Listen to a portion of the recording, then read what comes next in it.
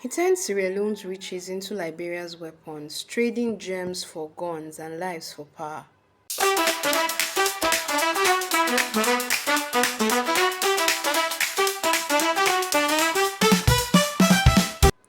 This is the story of Charles Taylor and the Blood Diamonds. It all started in West Africa, where greed, war, and ambition were tied together by stones that glittered in the dark. Charles Taylor was once a young Liberian rebel leader with dreams far greater than his small beginnings. In the early 1990s, he had seized power in Liberia, but his ambition was stretched far beyond his country's borders. He looked east towards the Mano River into Sierra Leone, a land whose soil was cursed with diamonds. But these were not ordinary diamonds, they were blood diamonds, stones pulled from the earth by enslaved hands, washed in rivers running red, and traded for weapons that would keep the cycle of war alive. Charles Taylor saw an opportunity. Through secret deals and shadowy networks, he armed the Revolutionary United Front, that's the RUF. They were rebels in Sierra Leone.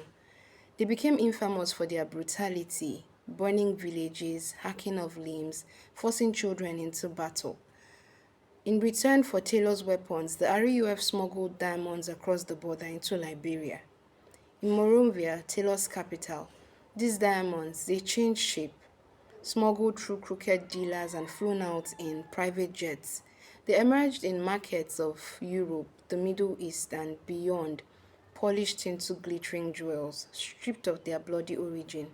All the while, Taylor's pockets swelled, funding his war machine and his hold on power.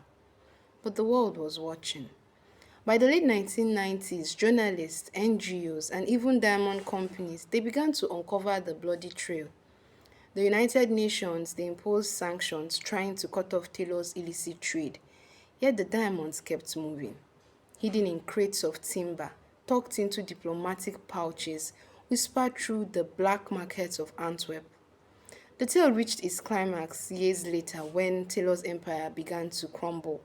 His enemies, they closed in on him and his fortune could no longer shield him. He was forced into exile, sought asylum in Nigeria, captured, and eventually put on trial at The Hague. There, the diamonds he once used to build his power became the very evidence of his downfall. Witnesses testified how he traded guns for stones, how he fueled the war in Sierra Leone. And so the man who had once called himself God's anointed sat in a courtroom, not as a president, not as a warlord, but as a criminal. The blood diamonds that had once sparkled in his hands now glistened as silent witnesses against him. That is the haunting tale of Charles Taylor and the blood diamonds.